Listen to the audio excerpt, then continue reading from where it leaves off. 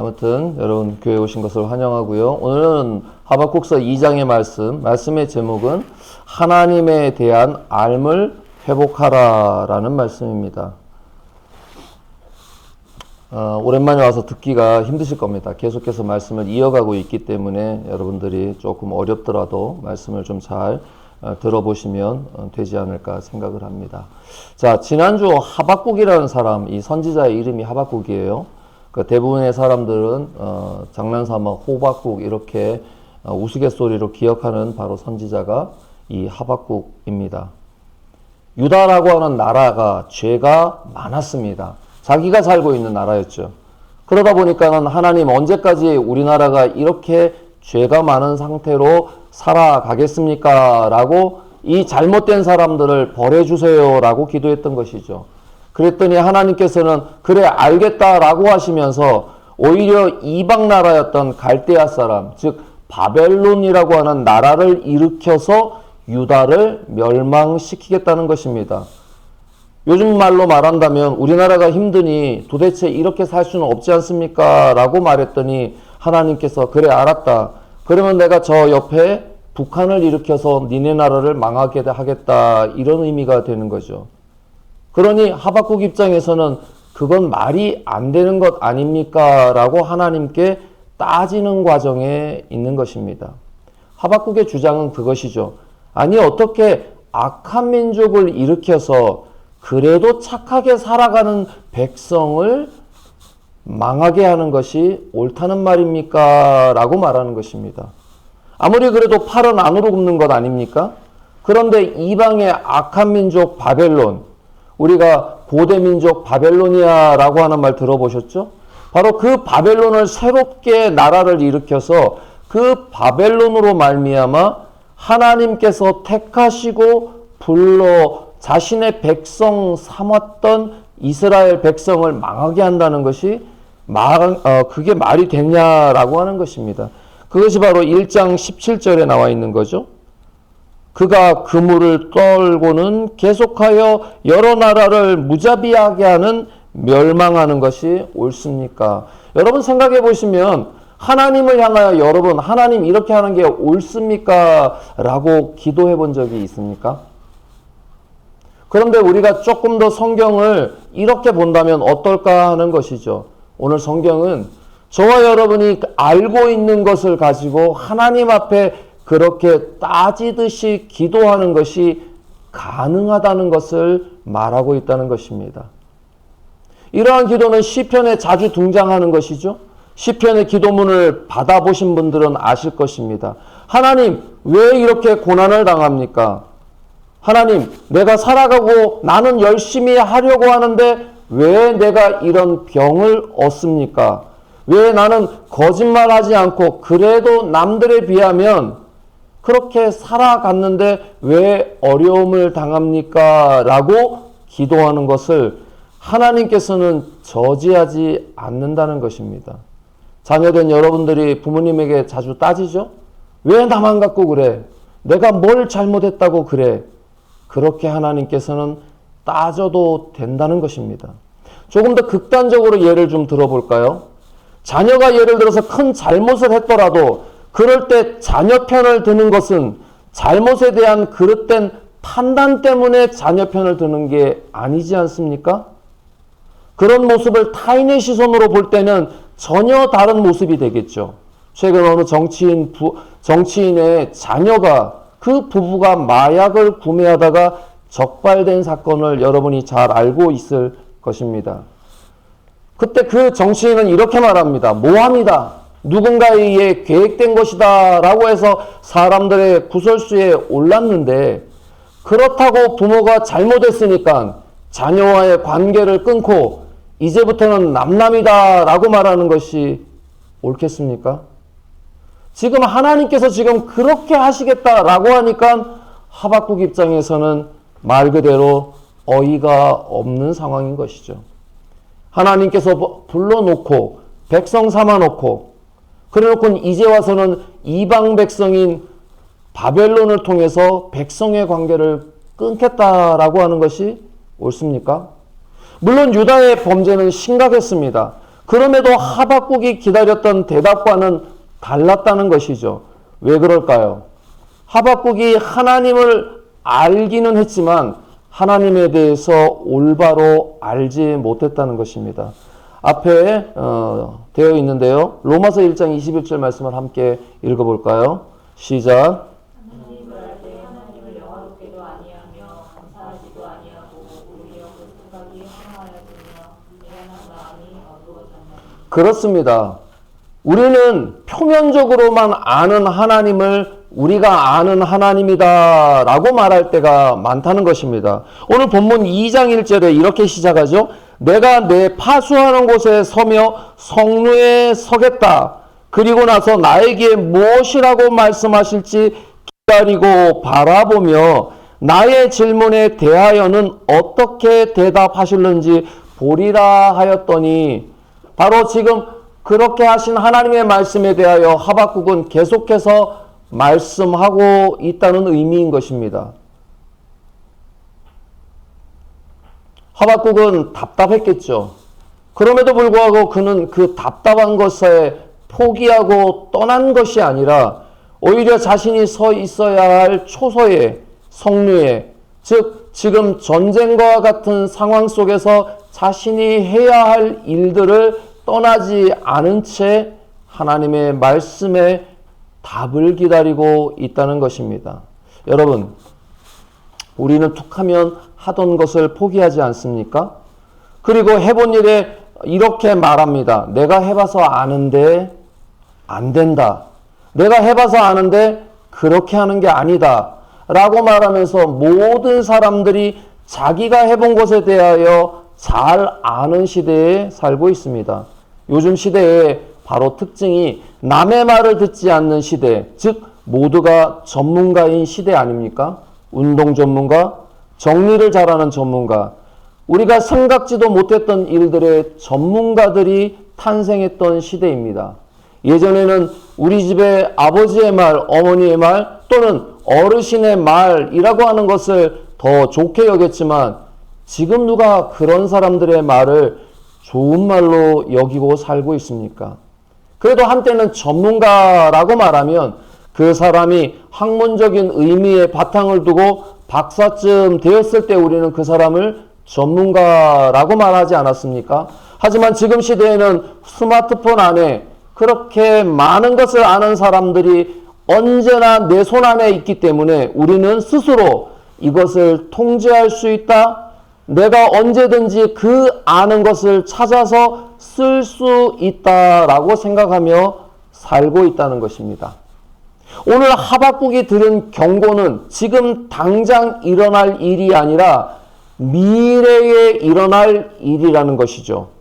자, 미래에 일어날 일이라는 사실을 두고 하박국 선지자는 지금 하나님 앞에 따지는 것이죠. 우리가 생각해야 할 것은 하박국은 그럼에도 불구하고 떠나간 것이 아니라 자신의 역할 안에서 하나님을 바라보며 이야기하고 있음을 기억해야 합니다. 물론 하박국은 하나님의 모든 뜻을 이해하지 못했습니다. 아마 이 말씀을 듣는 저와 여러분들도 도대체 무슨 말씀인가 라고 우리 역시도 이해를 하지 못할 수도 있습니다. 그런데요, 우리는 미래를 생각하면서도 사실은 과거에 붙잡혀 살고 있는 존재들입니다. 다시 한번요. 우리는 미래를 생각하면서도 과거에 붙잡혀 살고 있는 존재라는 것입니다. 과거가 앉아있는 저와 여러분의 모습을 만들고 있지 않습니까? 그 방향으로 미래를 말합니다. 여러분 이런 속담 아시죠? 3살 버릇이 80까지 간다. 성경에도 이렇게 과거와 미래를 보여주는 말씀이 있습니다. 앞에 띄워드렸는데요. 같이 한번 읽어볼까요? 시작.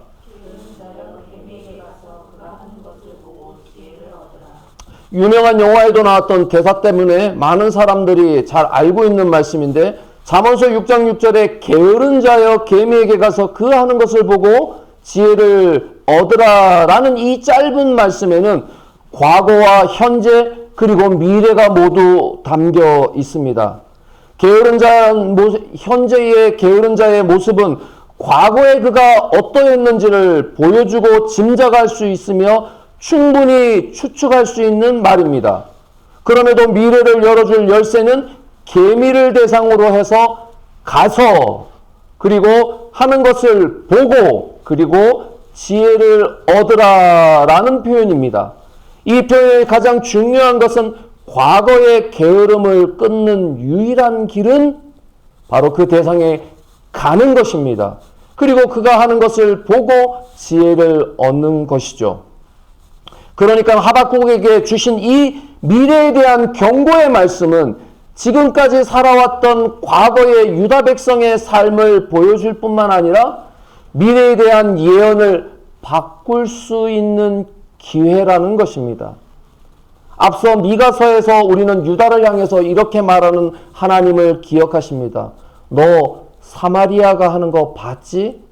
그렇게 하다 망했는데 너 지금 계속해서 사마리아의 길을 따라간다면 너도 결국 망할 거야 라고 했던 하나님의 말씀은 과거의 모습에서 책망하는 모습이었다면 오늘 우리는 그 책망의 모습에서 더 어떻게 나아가냐 하는 것입니다. 그래서 오늘 읽었던 이 본문의 말씀은 이렇게 말하는 것이죠. 2절의 말씀을 한번 함께 읽겠습니다.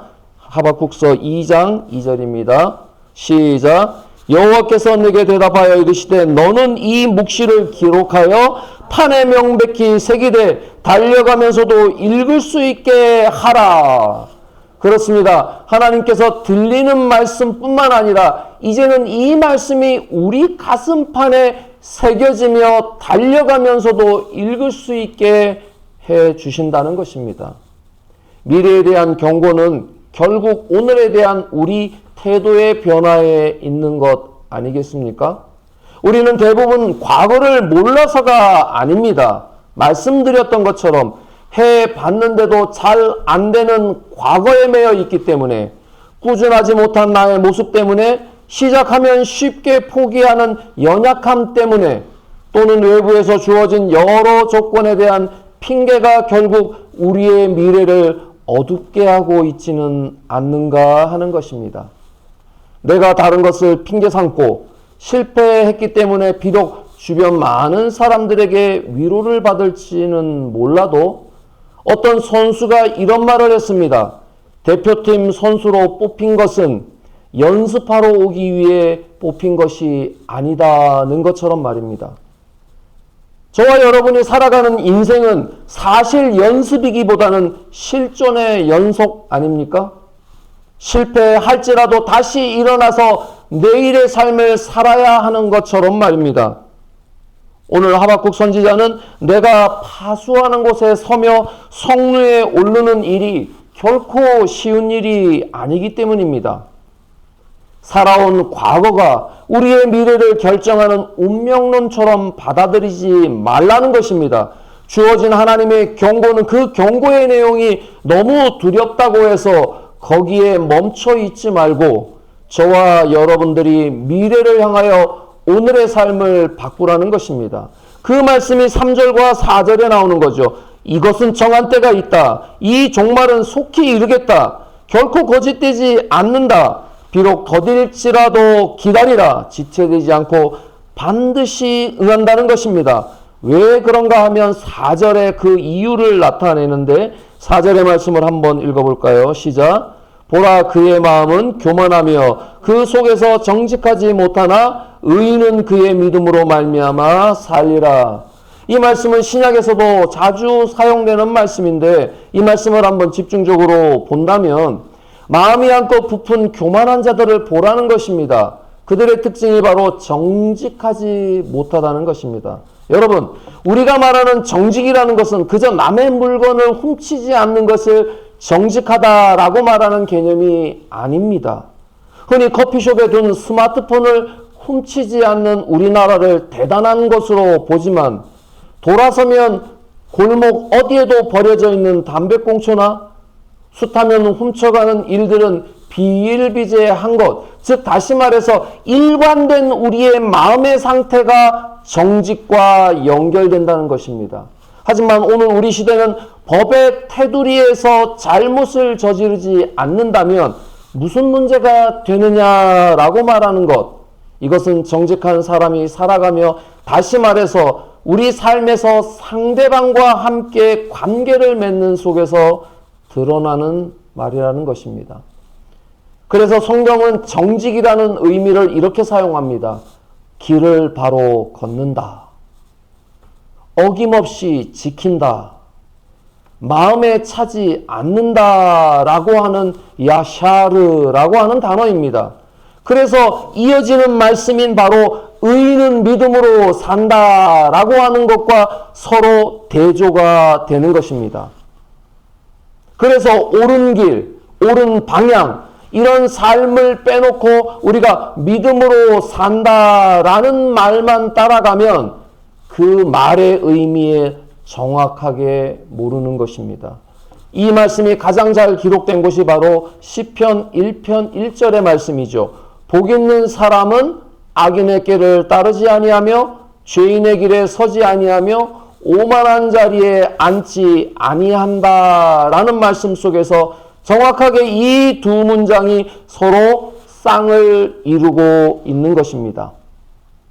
여러분, 바로 악인들은 꾀를 내어내는 자, 오만한 자리에 앉는 자라고 하는 것인데 이것을 우리가 살펴보았던 미가서 2장 1절과 2절 말씀에 정확하게 들어맞는 말씀이죠. 제가 읽겠습니다. 그들이 침상에서 죄를 꾀하며 악을 꾸미며 날이 밝으면 그 손에 힘이 있으므로 그것을 행하는 자라고 말했습니다. 여러분, 잠자리에 들어서 내일 무엇을 할까에 대한 것이 바로 죄를 꾀하며 악을 꾸미는 자들이라고 했습니다. 그들이 무슨 일을 합니까? 계속해서 밭들을 탐한다. 남의 재산을 탐하며 집들을 탐하며 차지하며 남자와 그의 집과 사람과 그의 산업을 강탈하도다. 여러분, 성경이 무슨 경제지입니까? 경제 상황을 드러내는 무슨 경제 상담학에 관련된 이야기입니까? 그런데 미가서는 정확하게 그렇게 말하고 있습니다. 집 한 칸짜리를 두 칸으로 쪼개고 한 층을 더 쌓고 방을 더 많이 만들어서 그 집을 다른 사람들에게 팔고 하나님께서 이 땅은 절대 사거나 팔지 말라고 했는데도 불구하고 그 땅을 사들여서 자신의 땅으로 만드는 것, 그것을 하나님께서는 지금 멸망하는 기준으로 삼고 있다는 것입니다. 이건 제가 말하는 것이 아니라 성경이 지금 그렇게 말하고 있다는 것을 기억하시기 바랍니다. 왜 그런가요? 이것이 바로 우리가 가지고 있는 약함 속에 있기 때문입니다. 이 말은 구약에 있는 말씀이라고만 오해하시면 안 되는 것이 누가복음 3장 3절, 즉 신약에도 이렇게 말합니다. 요한, 세례 요한입니다. 그 요한이 요단강 근처에서 이렇게 말하죠. 죄 사함을 받으라. 그리고 회개하라. 그리고 세례를 받으라 라고 말했다는 것입니다. 그러니까 사람들이 이 말의 뜻이 무엇인지 몰랐습니다. 그래서 사람들이 찾아와 말합니다. 그럼 내가 어떻게 해야 됩니까? 라고 말하니까 옷 두 벌 있는 자는 옷 없는 자에게 나누어 줘라. 먹을 것이 있는 자도 그렇게 하라 라고 말했습니다. 어떤 세금을 걷는 사람이 그러면 나는 뭘 해야 합니까? 라고 말하니까 부과된 것 외에는 거두지 말아라 라고 말했습니다. 어떤 군인이 와서 말합니다. 나는 군인인데 그럼 뭘 합니까? 군인들도 물어 이르되 우리가 무엇을 해야 합니까? 하니까 사람들에게 강탈하지 마라. 고발해서 돈을 더 취하지 마라. 급료, 즉 월급 받은 것으로 족하게 알라라고 말했다는 것입니다. 아마 여러분들은 성경에 이런 말씀이 있는가라고 오히려 여러분들은 성경책을 찾아볼 것입니다. 하박국서 4절은 바로 그거를 이야기하고 있는 것이요. 왜냐하면 그 말씀을 이해해야만 그 뒤에 이어지는 의인은 그의 믿음으로 말미암아 살리라 라는 앞뒤의 말이 정확하게 맞기 때문입니다. 그런데 오늘 한국 사회, 한국 기독교는 이 앞에 있는 말씀을 빼버리고 그 뒤에 의인은 그의 믿음으로 말미암아 산다는 말만 가지고 교회 잘 다니는 것, 예배 잘 드리는 것, 헌금 잘하는 것, 그렇게 하나님을 나의 구주로 고백하는 것, 그런 찬양들만 읊어대며 믿음 있는 사람인 척 했다는 것입니다. 하나님께서는 그 사건에 대하여 6절에 그 무리가 다 속담으로 그를 평론했다. 즉 사람들이 이런 기독교를 향하여 이상한 이름을 부르고 조롱한다라는 뜻입니다. 하나님 백성답게 살지 못하는 사람들은 그들은 조롱의 대상으로 삼는다. 그런 자들은 6절 중반에 화 있다, 망한다 라고 말하는 것입니다. 이 말씀을 여러분 심각하게 보셔야 합니다. 물론 나름 착하게 살고 열심히 일하면서 사는 사람들에게 이런 세상은 부조리하다라고 말하겠죠. 생각해 보시면 이런 부조리는 우리 삶 속에서 불쑥불쑥 튀어나오는 듯 만나고 있다라고 그 유명한 까뮤가 말한 내용입니다. 그런 부조리함으로 가장 잘 드러난 인물이 욥 아닙니까? 하나님께서도 인정한 욥은 이 땅에 살면서도 불현듯 찾아온 재난과 사고, 그로 인한 부조리를 만나며 하나님 나는 잘 살았는데 왜 나에게 이런 병이 있고 왜 나는 이런 사고를 당해서 자녀를 한 번에 잃고 도무지 말할 수 없는 고통 속에 살고 있습니까? 라고 자기에게는 일어난 일을 가지고 하나님 앞에 따지고 있다면 하박국은 일어나지도 않은 일을 가지고 하나님 앞에 따지고 있다는 것입니다. 여러분이 성경은 우리에게 하나님의 부조리함이 있다? 그렇다면 수동하지 말고 따지라고 말합니다. 그렇게 여러분의 삶을 가지고 하나님 앞에 따져 보시기 바랍니다. 그렇지만 바로 이 하박국처럼 자리를 벗어난 태도를 가져서는 안 된다는 점을 기억하시기 바랍니다. 안타깝게도 많은 그리스도인들이 여기에 걸려서 교회를 떠나 결국은 가난한 신자가 되거나 홀로 기독교인이 된다는 사실이 오늘 우리 한국교회를 보여주고 있습니다. 왜냐하면 자리를 떠나서 드리는 말씀은 기도가 아니라 불평이 될 수밖에 없는 것입니다. 그런 바로 하박국에게는 5절부터 우리가 읽었던 마지막 말씀까지 5개의 망하게 되는 이유를 구체적으로 기록하고 있습니다. 그 이유를 다 살펴볼 것은 없음에도 불구하고 우리가 자주 불렀던 물이 바다를 덮음같이 여호와의 영광을 인정하는 것이 세상에 가득하다라고 하는 복음성가를 아실 것입니다. 그 내용이 바로 여기에 나옵니다. 여러분 재밌는 것은 이 표현 역시 잘 생각해 보면 우리로부터 하나님의 영광이 드러나기를 바라는 것이 아니라 하나님께서 심판하시는 것을 통해서 사람들에게 드러난다는 것입니다. 이미 말씀을 드렸죠? 앞서 우리가 미가서에서도 이런 찬양을 아시죠? 오라 우리가 여호와의 산에 올라 여호와의 전에 이르자라고 노래했던 노래는 공의로우신 하나님에 대한 우리 기독교인들의 반응이 아니라 오히려 믿지 않는 사람들이 올바른 판단하시는 하나님을 향하여 와, 저 하나님의 판단이 정말로 좋다. 우리 하나님의 전에 가자라고 말한다는 것입니다. 하나님의 심판이 우리에게는 두려운 것 같지만 오히려 그 심판을 본 사람들이 물이 바다 덮음같이 여호와의 영광을 인정하는 것이 세상에 가득 차게 된다는 것입니다. 말 그대로 반전 아닙니까? 여러분 생각해 보십시오. 빛은 한 사람에게만 영향을 주는 것이 아닙니다. 빛은요, 비추이는 그 모든 영역 안에 있는 사람들에게 모두 비치는 영향을 가지고 있습니다.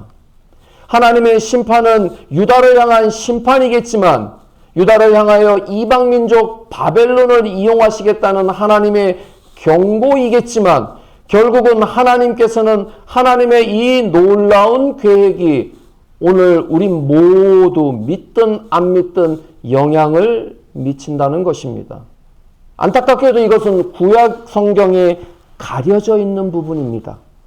그래서 신약 성경에는 이 모든 것을 저와 여러분에게 오픈하신 것입니다.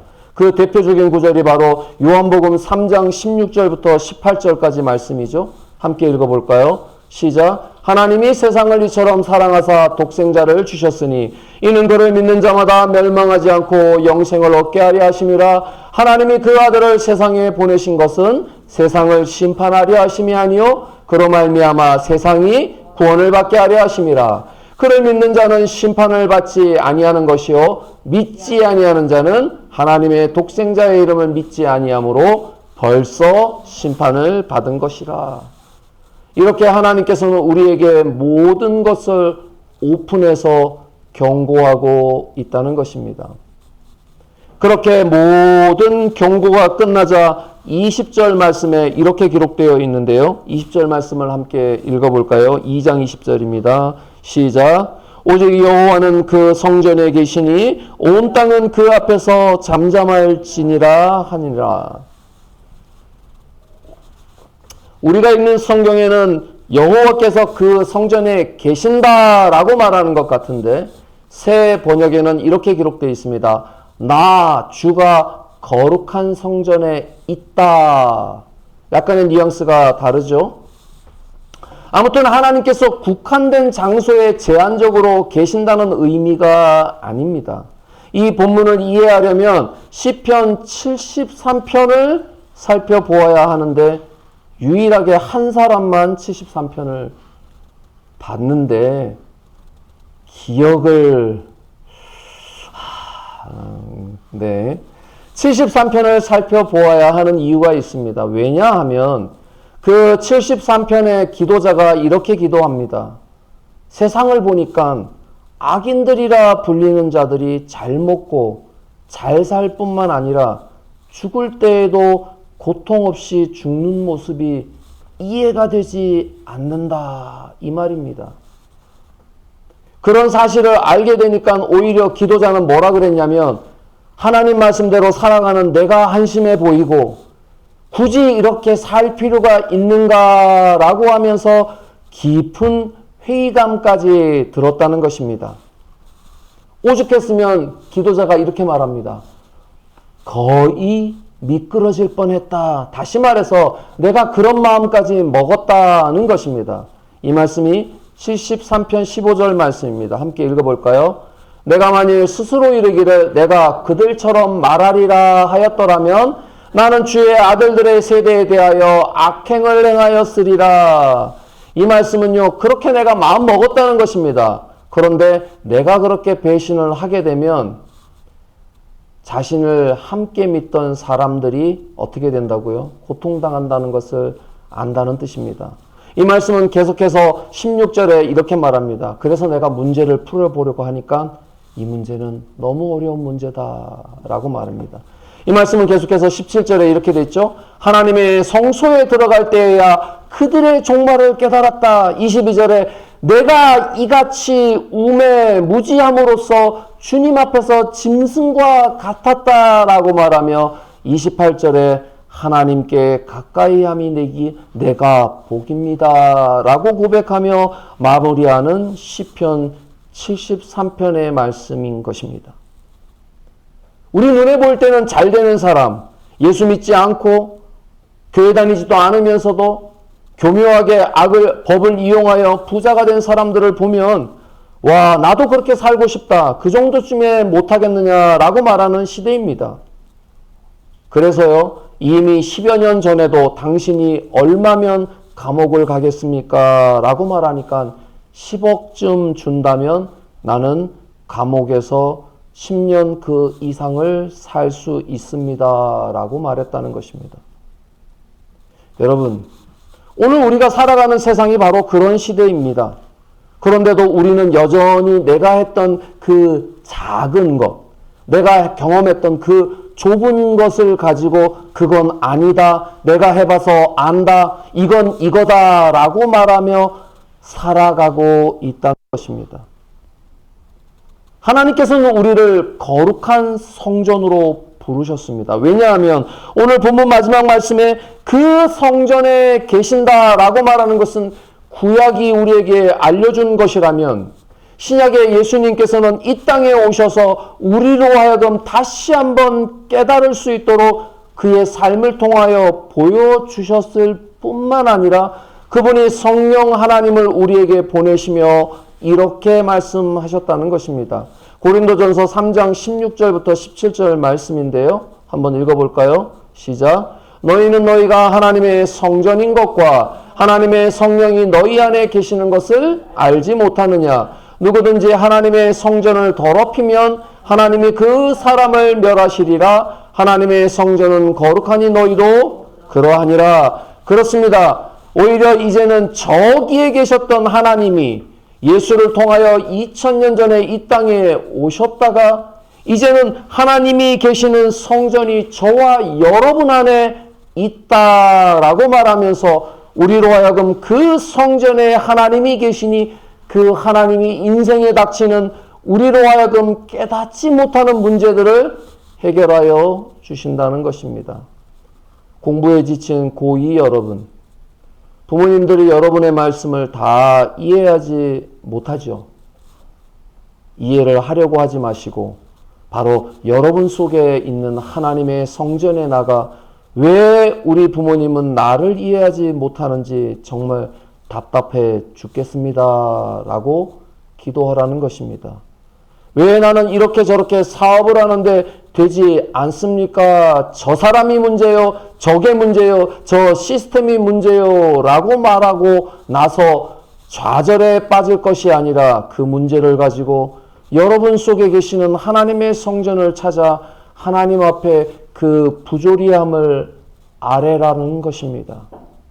하나님께서는 거룩한 성전에 그리스도로 말미암아 역사 가운데 오셨다가 이제는 우리 안으로 보여주시는 바로 너희 안에 계신 성령 하나님으로 우리로 하여금 여전히 만나고 계시다는 것입니다. 말씀을 맺겠습니다. 우리는 하박국 시대처럼 살아서는 안 되지 않겠습니까? 우리는 작은 일이라도 우리 안에 계시는 성령 하나님과 동행하고 있는데 불구하고 여전히 내가 아는 것에 붙잡히고 내가 해봤던 그 작은 경험에 붙잡혀서 어제라는 과거를 그대로 미래로 이어갈 것이 아니라 오늘을 기점으로 다시 저와 여러분들은 미래를 써가기 위해서 잠언서 말씀처럼 가서 보고 배우는 말씀을 기억하셔야 할 것입니다. 특별히 하박국서 읽었던 2장에 시작하면서 자신이 성루에 올라 파수를 하겠다라는 표현에 독특하게 내가 서리라, 내가 그 자리에 있겠다라는 말은 굉장한 부탁조의 말입니다. 어떻게 자기 자신에게 그렇게 부탁조로 말한다는 표현입니까? 내가 그것을 하겠다, 내가 그것을 하고 말겠다라고 표현하는 것이 아니라 마치 사랑하는 사람에게 부탁하듯이 간절하게 바라듯이 자기 자신에게 내가 그곳에 서겠다, 내가 그곳에 자리하겠다라고 말하며 자신을 어르고 달래는 이 표현을 기억하시기 바랍니다. 왜 그렇습니까? 그곳에 가야만 기다리며 바라볼 수 있는 하나님의 은혜가 있기 때문입니다. 여러분들께서 오늘 우리 현실에 살아가는 것이 답답하고 때로는 교회 나온다고 무슨 대답이 있고 무슨 결론이 나오고 내 삶이 바뀐다 이렇게 생각하는 답답함도 있겠지만은 그럼에도 불구하고 여러분 스스로에게 바로 이 하박국이 말했던 것처럼 기다리고 바라보며 어떻게 대답하실지 보겠다라고 부탁하며 간절한 마음들이 저와 여러분이 이 혼탁한 시대를 살아가는 우리의 마음이자 나의 마음이 되시기를 주님의 이름으로 저 역시 여러분들에게 부탁을 드립니다. 아멘. 기도하겠습니다.